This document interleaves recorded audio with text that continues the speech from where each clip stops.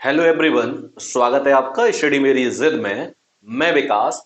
जैसा कि आपका रीजनिंग में एक सीरीज चल रही है आखिरी डोज, जिसमें हम रीजनिंग के टॉप 20 क्वेश्चन देखेंगे जो आपकी एसएससीजीडी 2022 की परीक्षा के लिए बहुत ही मोस्ट इंपोर्टेंट होने वाले हैं। तो चलिए शुरुआत करते हैं। ठीक है, तो आपका जो पहला प्रश्न है आप अपनी स्क्रीन पर देख रहे होंगे। एक तरफ पहला प्रश्न है कि बर्फ का संबंध जिस प्रकार शीतलता से है, यानी बर्फ का संबंध किससे है? शीतलता से है। तो उसी प्रकार पृथ्वी का संबंध किससे होगा? ऑप्शन ए है आपका भार, ऑप्शन बी है गुरुत्वाकर्षण, ऑप्शन सी है जंगल, ऑप्शन डी है समुद्र। तो यहां पे जो ऑप्शन जो बी है आपका सही हो जाएगा, यानी गुरुत्वाकर्षण। यानी बर्फ में जो होता है, क्या होती है? बर्फ शीतलता यानी ठंडी होती है, उसी प्रकार बर्फ में शीतलता होती है तो पृथ्वी में गुरुत्वाकर्षण होता है। ठीक है। प्रश्न आपका दूसरा है, प्रश्न है कि किसी निश्चित कूट भाषा में, या फिर कह सकते हैं REASON, रीजन का संबंध जिस प्रकार SFBTPO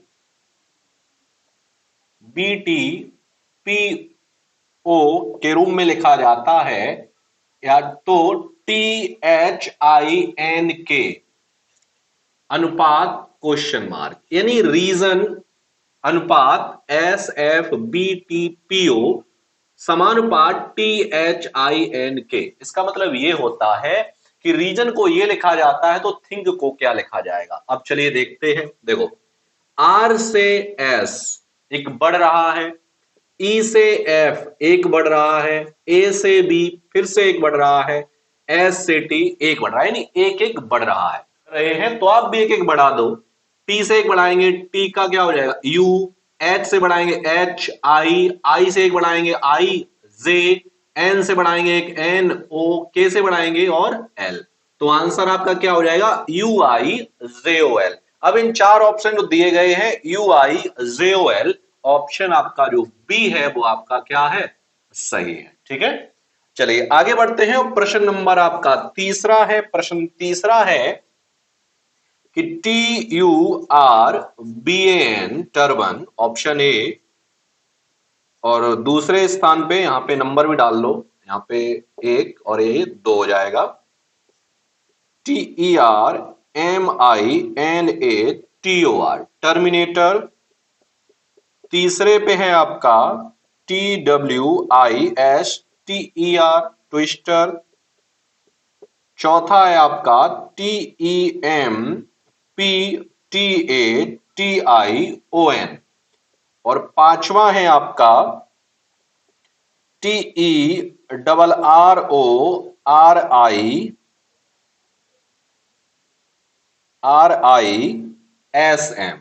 अब यहां पे करना क्या है? तो अब आपको शब्दकोश डिक्शनरी के आधार पे आपको लगाना है।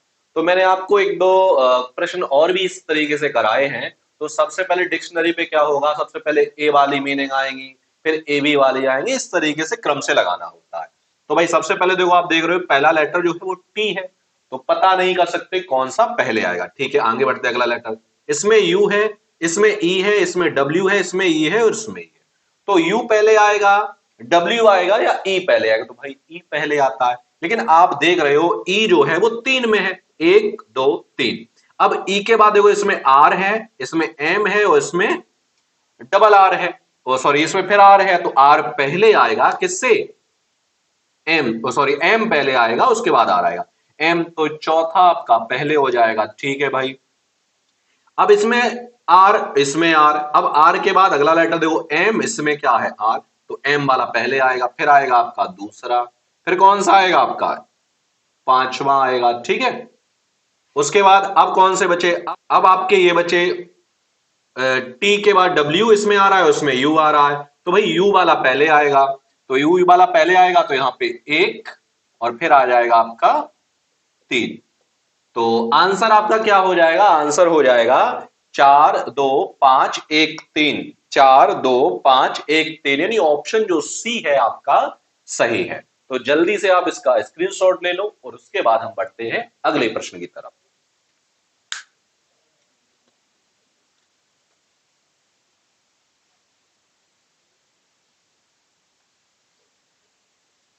चलिए स्क्रीनशॉट ले लिया होगा।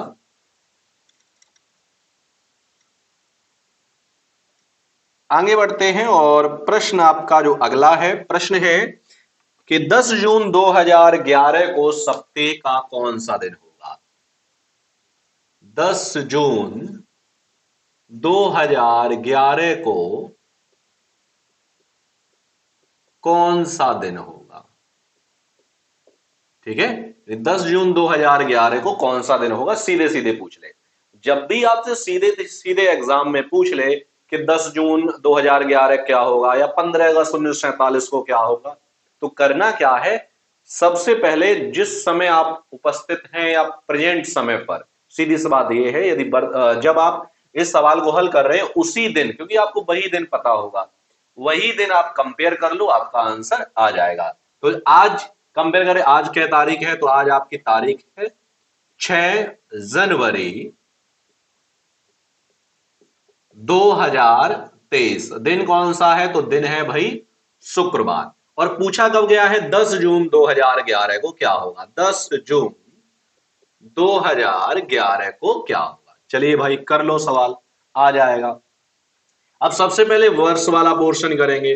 2023 में से 2011 घटा दो, बच्चे कितने आपके, तो ये बच्चे आपके 12। तो 12 तो आपकी नॉर्मल ईयर यानी सामान्य वर्ष हो जाएंगी। अब क्या करेंगे, लीप वर्ष देखो भाई, 11 से 23 के बीच में लीप वर्ष कितनी है?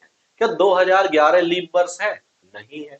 अब लीप वर्ष कैसे पता करते हैं, वर्ष में 4 का भाग देते हैं, अगर 4 का भाग पूरा पूरा चला जाए तो लीप वर्ष है, और 4 का भाग पूरा पूरा ना जाए तो कैसी वर्ष है, सामान्य वर्ष है। तो 2011 आपकी लीप वर्ष नहीं है, अगली 2012 है, तो 2012 लीप वर्ष है। और प्रत्येक 4 साल बाद लीप वर्ष आती है।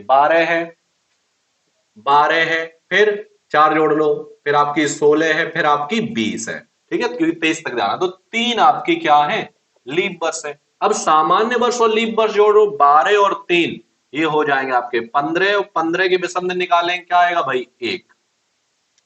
अब ये देखो, हम कैलेंडर में आगे जा रहे पीछे जा रहे, वर्ष में 2023 से 2011 में जा रहे, नहीं पीछे जा रहे, तो माइनस का 1 विषम दिन ये हो जाएगा। ठीक है, ये माइनस का 1 विषम दिन हो जाएगा। अब क्या करेंगे, अब करेंगे इन महीनों में, देखेंगे सबसे पहले महीना कौन सा आता है, तो भाई आता है जनवरी। और जनवरी होती कितने की है, तो जनवरी होती है भाई 31 की। दिन कितने दिए हैं, 6। 31 में से 6 घटा दो तो बच्चे आपके 25। जो महीना पहले आएगा उसे क्या करेंगे, टोटल जो दिन है उस महीने में उतने में से घटा देंगे और फिर उसके विषम दिन निकाल लेंगे, तो ये आएंगे 4। अब जून तक लिखेंगे, जनवरी, फरवरी, मार्च, अप्रैल, मई और जून, इनके विषम दिन भी निकालेंगे। फरवरी, फरवरी जब भी इस तरीके से ईयर आए, तो यहां पे इस तरीके से प्रश्न आए, तो हमेशा फरवरी 28 की यानी विषम दिनों की जो संख्या होगी वो 0 होगी। मार्च होता है 31 का, तो विषम दिन 3 होंगे। अप्रैल होता है आपका 30 का, तो विषम दिन 2 होंगे, ये 3 होंगे। और जो लास्ट महीना होता है, इन दोनों में जो महीना लास्ट में जाएगा उसे उतने दिन वैसे ही रख लो और उसके विषम दिन निकाल लो, 3। अब 3 और 3 6, 6 और 2 8, 8 और 3 11, 11 और 4 15, फिर से भाई कट जाएंगे, तो ये आएगा 1। अब ये 1 जो आया है ये प्लस का है कि माइनस का, देखो जनवरी से हम कहां जा रहे हैं, जून में, तो भाई ये है आपका प्लस का विषम दिन। ठीक, तो 1 माइनस और 1 प्लस तो बराबर क्या होगा, तो भाई 0 हो जाएगा। तो आंसर आपका क्या आएगा, वही दिन आएगा। जब भी विषम दिन आपके 0 आए तो वहां पर आंसर क्या होगा, जौन सा दिन दिया गया है वही आएगा। जल्दी से आप इसका स्क्रीनशॉट ले लो, फिर बढ़ते हैं अगले प्रश्न की तरफ।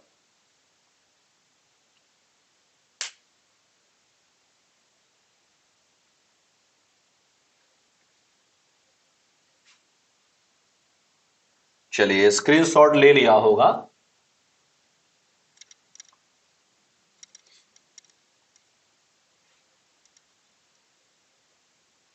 प्रश्न आपका अगला है, प्रश्न नंबर 5 आप स्क्रीन पर देख रहे होंगे आप। प्रश्न नंबर 5 है 16 प्लस 4 भाग 2 माइनस 21 गुणे 7 बराबर 21। अब ऑप्शन दिए गए हैं। ऑप्शन पहला है प्लस कॉमा माइनस, ऑप्शन दूसरा है प्लस कॉमा गुणा, ऑप्शन तीसरा है माइनस कॉमा भाग, ऑप्शन चौथा है गुणा कॉमा भाग। इन्हें क्या करना है, इन चिन्हों को बदलना है। जहां प्लस है वहां माइनस हो जाएगा, माइनस है वहां पर प्लस हो जाएगा। जब भी इस तरीके से सवाल आते हैं तो हमेशा ये देखो कि भाग किन के बीच में जा सकता है। देखो, एक तो 21 और 7 के बीच में भाग जा सकता है, एक ये और एक ये जा सकता है। तो प्लस की जगह भाग कहां होगा और गुणे की जगह भाग कहां होगा, वो देखो ऑप्शन। तो प्लस की जगह भाग आपका जो मिल रहा है और माइनस की जगह भाग यहां पे तो नहीं जाएगा, यानी ऑप्शन जो डी है आपका गुणा कॉमा भाग, यानी प्लस की जगह भाग कर देंगे, भाग की जगह क्या कर देंगे, सॉरी गुणा की जगह भाग कर देंगे, भाग की जगह गुणा कर देंगे। तो बस ये चिन्ह करना है आपको। क्या करना है, गुणा की जगह क्या हो जाएगा आपका भाग, और आपका भाग की जगह हो जाएगा गुणा। यहां पे कर देंगे हम गुणा। ठीक, अब सॉल्व करके देख लो, अगर आ रहा है आंसर 21 तो आपका सही है। दो भाई, सबसे पहले भाग देते हैं बोर्ड मास पे, तो ये कितनी बार जाएगा, 3। ठीक है, 16 प्लस 4 दूनी 8, सीधे सीधे कर सकते हो या पहले ऐसे ही लिख लो, 4 गुणा 2 माइनस 3। अब क्या करेंगे भाई, बोर्ड मास फॉर्मूला होता है आपका, करेंगे मल्टीप्लाई। तो 16 प्लस 4 दूनी 8 माइनस 3। अब क्या करोगे, जोड़ लो, ये हो जाएंगे आपके 24 माइनस 3 बराबर क्या हो जाएगा आपका 21। तो ऑप्शन यहां पे जो डी है आपका बिल्कुल सही है। ठीक है, यानी इतना समय नहीं है कि आप सभी जितने भी ऑप्शन है सभी को हल कर करके देखोगे। तो बोर्ड मास का जो फॉर्मूला होता है क्या होता है कि सबसे पहले डिवाइड करेंगे। तो सबसे पहले आप डिवाइड ही देखो भाई, किस चिन्ह का जो चिन्ह बदले गए हैं, किस चिन्ह के बदलने से वहां पर भाग आया है।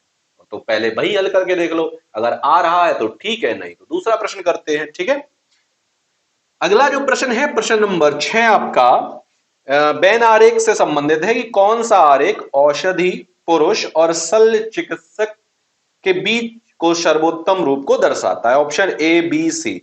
तो यहां पे ऑप्शन जो सी है आपका सही हो जाएगा इस तरीके से। ठीक है, यहां पे मान लो आपके आ जाएंगे पुरुष और ये आ जाएंगे आपके शल्य चिकित्सक। ठीक है, और यहां पे औषधि, क्योंकि भाई औषधि जो है वो बिल्कुल अलग है। कुछ पुरुष शल्य चिकित्सक हो सकते हैं लेकिन औषधि थोड़ी ना कुछ हो जाएगी। तो यहां पे जो डायग्राम बनेगा वो ऑप्शन जो आपका सी है वो आपका बिल्कुल सही है। ठीक है, चलिए आगे बढ़ेंगे। प्रश्न नंबर आपका अगला देखेंगे। प्रश्न अगला है आपका प्रश्न नंबर 7।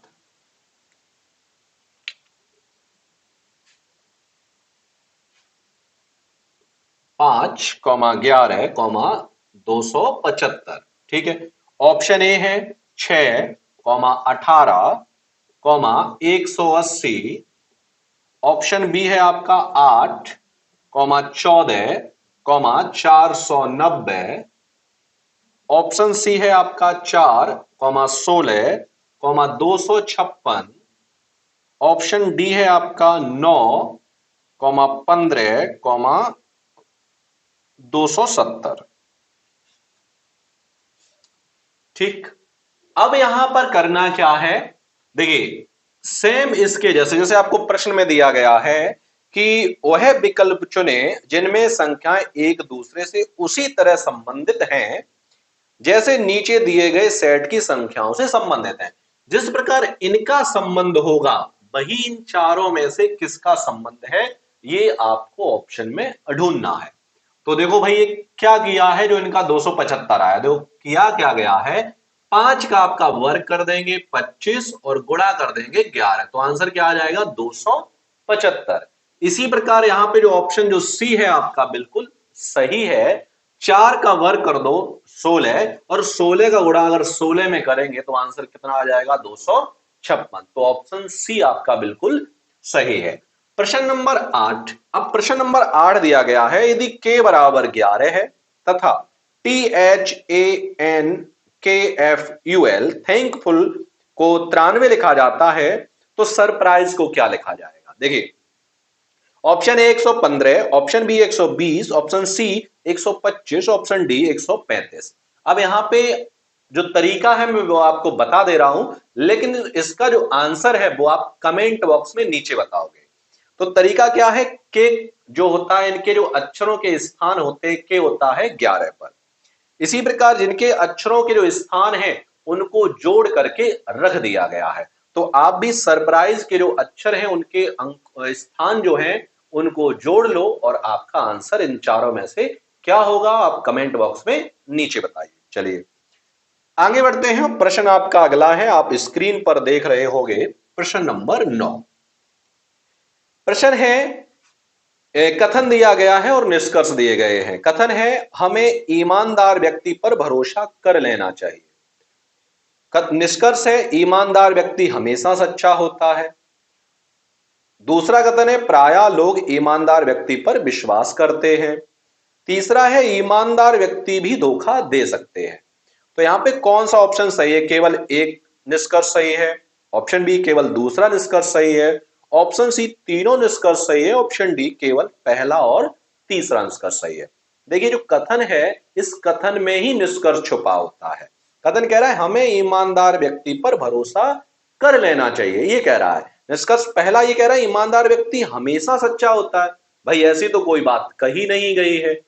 दूसरा है, प्रायः लोग ईमानदार व्यक्ति पर विश्वास कर ले। भाई ये हो सकता है, ठीक है, क्योंकि तभी कह रहा भरोसा कर लेना चाहिए, क्योंकि ईमानदार जो व्यक्ति होते हैं वो भरोसे के लायक होते हैं। तीसरा है, ईमानदार व्यक्ति धोखा दे सकते हैं, धोखा दे जाते हैं। भाई ये बात तो उसमें कही नहीं गई। तो यहां पे केवल आपका ऑप्शन जो बी है, दूसरा अनुसरण कर रहा है, वो आपका सही हो जाएगा। दूसरा अनुसरण कर रहा है, ठीक है, यहां पे आपका ऑप्शन जो बी है आपका सही हो जाए। अगला प्रश्न है प्रश्न नंबर 10।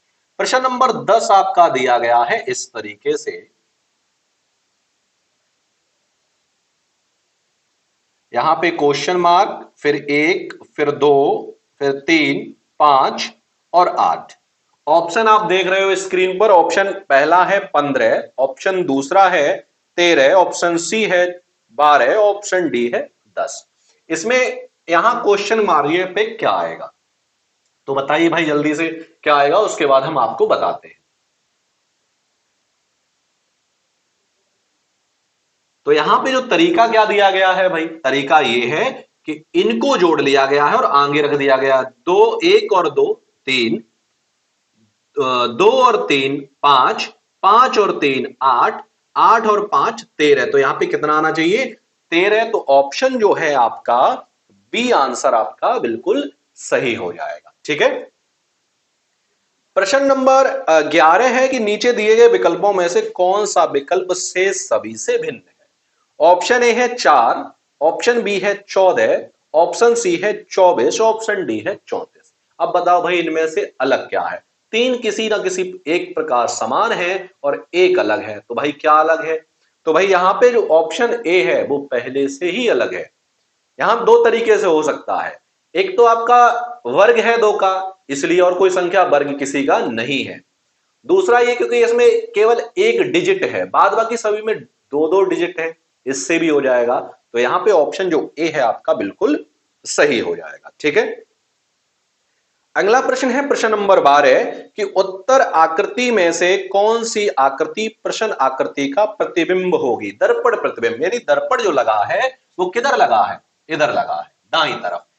मैंने आपको हमेशा बताया है कि जब भी दर्पण हो, और दर्पण में क्या होता है, लेफ्ट एंड राइट चेंज हो जाता है, बाद बाकी सेम वही रहेगा, आगे पीछे का बदल जाएगा इस तरीके से, ठीक। तो option A B C D यहां पर दिए गए हैं। देखो ऑप्शन ए बिल्कुल नहीं होगा, क्योंकि भाई उल्टा कर दिया गया है। गमला उल्टा कैसे हो जाएगा भाई? उल्टा हो जाएगा। दर्पण है तो भाई दर्पण सीधे होना चाहिए, उल्टा तो भाई जल प्रतिबिंब दिखा रहा है। ऑप्शन बी, अब ऑप्शन बी क्यों नहीं हो सकता? देखो ऑप्शन बी नहीं हो सकता क्योंकि जो पत्तियां हैं, जैसे यहाँ पे इस तरीके से पत्तियां बड़ी बड़ी है, लेकिन जब इधर आई तो पत्तियां यहां कैसे छोटी हो जाएंगी? भाई ये पत्तियां इधर जब अपोजिट जाएंगी तो ये बड़ी यहां पे होनी चाहिए, छोटी इधर होनी चाहिए। दूसरा भी नहीं है। तीसरा हो जाएगा, बिल्कुल सही है तीसरा। डी ऑप्शन बिल्कुल गलत है, क्योंकि भाई तीन ही पत्तियां रह गई, भाई एक कहां गई, चार तो है टोटल। तो भाई यहां पे ऑप्शन सी आपका बिल्कुल सही है। चलिए आगे बढ़ते हैं और प्रश्न नंबर आपका 13 देखेंगे। चलिए प्रश्न 13 देखते हैं।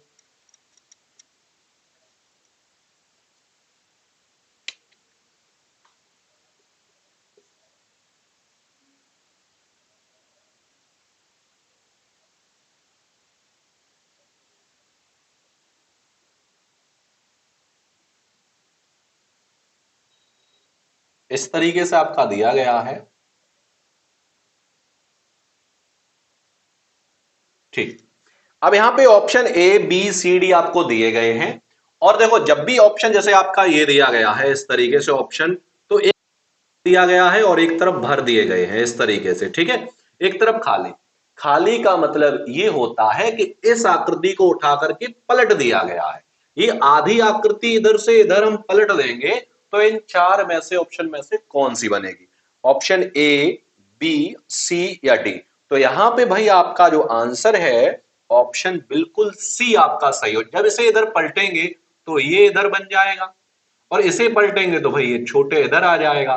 देखो ये इस तरीके से बन जाएगा, और किसी में इस तरीके से नहीं बनेगा। ऑप्शन जो सी है आपका बिल्कुल सही है।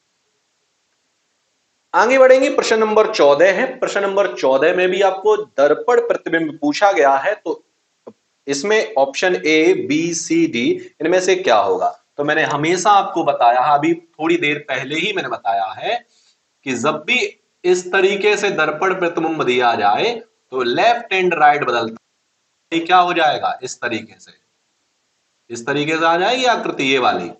तो आप देख रहे होगे कि पहले वाला नहीं होगा बिल्कुल भी, क्योंकि जो एरो है वहां ऊपर था, अब नीचे कैसे आ सकता है? नहीं होगा। दूसरा हो जाएगा भाई, दूसरा हो सकता है, ठीक। क्या तीसरा हो सकता है?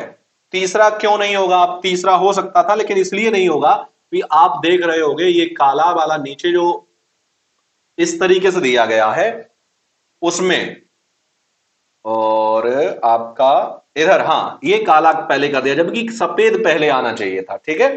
तो ये नहीं होगा, और चौथा तो बिल्कुल नहीं होगा। इसलिए आंसर जो ऑप्शन जो बी है आपका, यानी प्रश्न नंबर 14 का, वो बिल्कुल सही हो जाएगा, ठीक है। चलिए आगे बढ़ेंगे और प्रश्न आपका अगला करते हैं। प्रश्न आपका अगला है प्रश्न नंबर 15।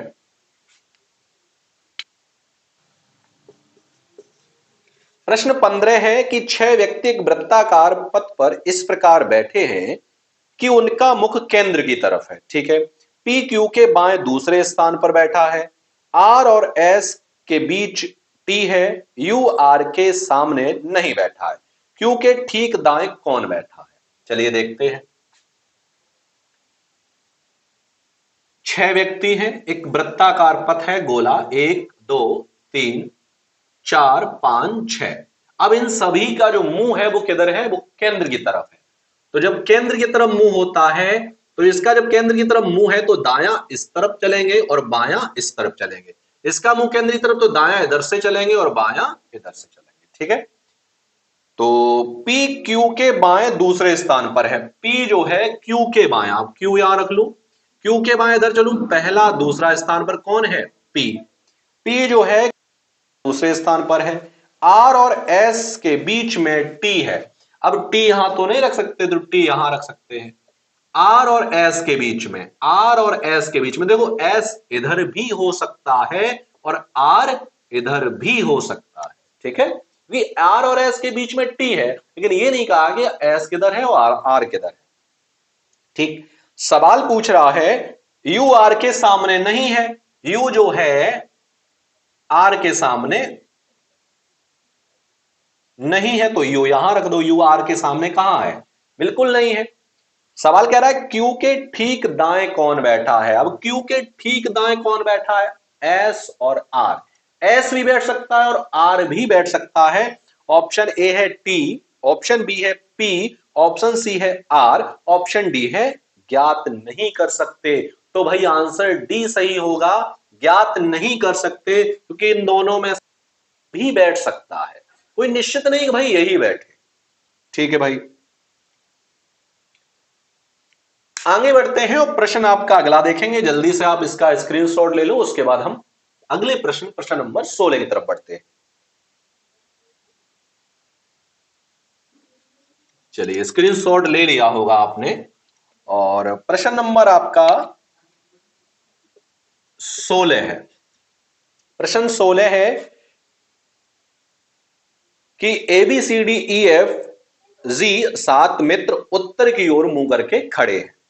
सी तथा बी के बीच उतने ही सदस्य हैं जितने जी और सी के बीच हैं।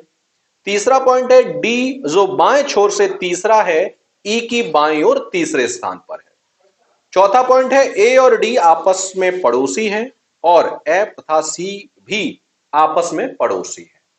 देखिए भाई, जब भी बैठक व्यवस्था से सवाल आता, 7 मित्र हैं, 1 2 3 4 5 6 7, और इन सभी का जो मुंह है वो किधर है, उत्तर दिशा की ओर है। तो आसानी होती है भाई उत्तर दिशा की, दाया इधर बैठा दो, बाया इधर बैठा दो। जब भी इस तरीके से बैठक व्यवस्था सवाल आए तो सबसे पहले जो निश्चित दिए जा रहे हैं उन्हें आप पहले बिठा लो, सवाल कभी भी गलत नहीं होगा और पहली बार में ही आंसर आ जाएगा। जैसे पहले पॉइंट से मतलब नहीं है। दूसरा पॉइंट यह है सी तथा बी के बीच उतने ही सदस्य हैं जितने जी और सी के बीच में, तो भाई निश्चित नहीं है। तीसरा पॉइंट बढ़ते हैं, डी जो बाएं छोर से तीसरे स्थान पर है। अब बायां छोर से इधर से देखेंगे और दायां छोर से इधर, तीसरे स्थान पर है, पहले दूसरे तीसरे, कौन है भाई, डी। डी जो है, डी जो बाएं छोर से तीसरे स्थान पर है, ई की बाईं ओर तीसरा है, पहला दूसरा तीसरा। अब ई के बायां, पहला तीसरा, डी। डी जो है बाएं छोर से तीसरा है, ई बाईं ओर से तीसरा है, डी के। ठीक है, अगला पॉइंट है ए और डी आपस में पड़ोसी है। अब ए और डी आपस में क्या है भाई, पड़ोसी है। अब ए इधर भी हो सकता है और इधर भी हो सकता है, पड़ोसी है। फिर कह रहा है एफ तथा सी भी आपस में पड़ोसी है, एफ और सी। तो भाई मैं यहां पर एफ और सी यहां भी रख सकता हूं, एफ और सी यहां भी रख सकता हूं। एफ और सी आपस में क्या है, पड़ोसी। एफ सी जो है वो आपका इधर भी आ सकता है और सी एफ इधर भी आ सकता है, निश्चित नहीं है, आपस में पड़ोसी है। ठीक है भाई, अब पीछे लौट आओ दूसरे वाले पॉइंट पे, सी तथा बी के बीच उतने ही सदस्य हैं, सी और बी, तो बी यहां रख दू या यहां भी रख सकता हूं। सी और बी के बीच उतने ही सदस्य हैं जितने जी और सी के बीच है, जितने जी और सी के बीच। देखो जी और सी के बीच 2 है, तो सी और बी के बीच भी 2 है।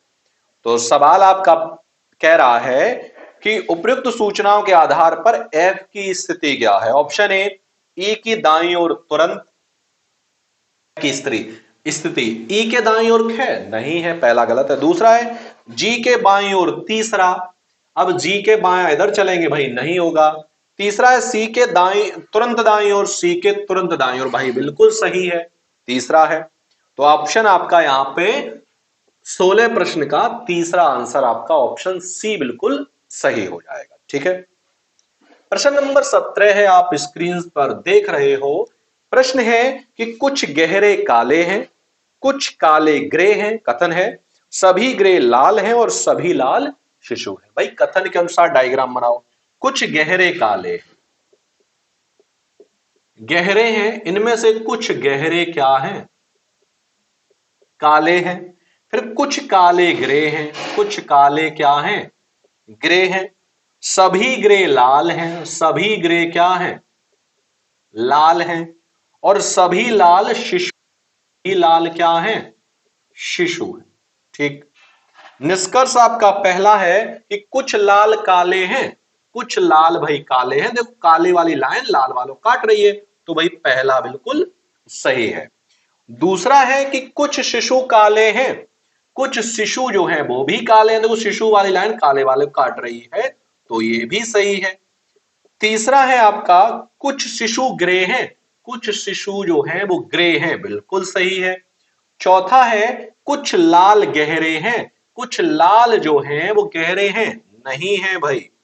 तो यहां पे ऑप्शन पहला, दूसरा और तीसरा बिल्कुल आपके सही हैं। तो ऑप्शन सी आपका बिल्कुल सही हो जाएगा। ठीक है, प्रश्न नंबर 18 है। प्रश्न 18 है, इस आकृति को पूरा करना है। आप इस आकृति को पूरा करिए। ठीक है, तो यहां पे आप बताना है आपको कौन सी आकृति बनेगी। ऑप्शन कमेंट बॉक्स में आप इसका आंसर जरूर बताइए। इस प्रश्न को मैं नहीं कराऊंगा। ठीक है, चलिए आगे बढ़ते हैं और प्रश्न आपका अगला देखेंगे। प्रश्न नंबर आपका 19 है। 6, 12, 20, 32, 42, 56, 72, इनमें से कौन सी संख्या गलत है। चलिए देखते हैं। अंतर देखो पहले, सबसे पहले 6 फिर 8 का अंतर है, फिर कितने का होना चाहिए भाई। अब यहां होना चाहिए था 10 का अंतर। देखो 6 का, फिर 8 का, फिर 10 का, फिर 12 का होना चाहिए था। तो यहाँ पे जो संख्या जो गलत है वो कितनी है, 32 गलत है। 32 की जगह कितना आना चाहिए था, 32 की जगह आपका 30 आना चाहिए था। ऑप्शन जो है आपका डी बिल्कुल सही है। लास्ट प्रश्न है आपका प्रश्न number 20। A B C comma D E F comma G H I J comma question mark. ठीक है, तो यहां पे अब क्रम से करना है। आप देख रहे होंगे सबसे पहले ए, एक लेटर आया, फिर क्रम से दूसरा आया बी सी, फिर 3 आए डी ई एफ, फिर 4 आए जी एच आई, फिर जी एच आई जे, फिर क्या आएगा के एल एम एन ओ, यानी 5 लेटर आएंगे। ठीक है, क्रम से। तो यहां पे जो ऑप्शन है आपका, ऑप्शन आपका कौन सा सही हो जाएगा, तो आपका ऑप्शन यहां पे सी बिल्कुल सही हो जाएगा। ठीक है, तो ये थे आपके 20 मोस्ट इंपोर्टेंट प्रश्न जो मैंने इस वीडियो के माध्यम से कराए हैं। और यदि आपको वीडियो अच्छा लगा है तो वीडियो पर कमेंट, लाइक, शेयर करना ना भूलें और चैनल को सब्सक्राइब जरूर करें।